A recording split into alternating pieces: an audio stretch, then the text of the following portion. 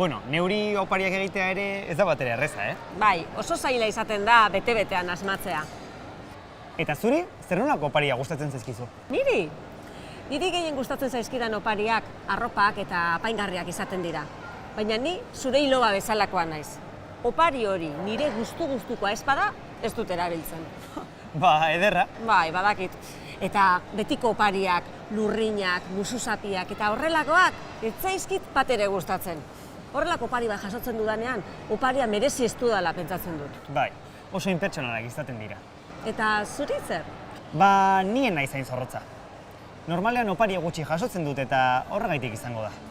Teknologia berria gustatzen zaizkit. Telefonorako osagarriren bat, edo mendirako kamisetaren bat, baina behin, txartel bat oparitu zidaten, arzakenera afaltzera joateko bikotekidea eta biok. Hori izan da nire gustokoena. Akabo, horrelako opariak ez dira egiten egunero. Ez, zoritxarrez. Bueno, banoa, bestera azkara hemen dimugituko eta. Oso ondo, sorte hon!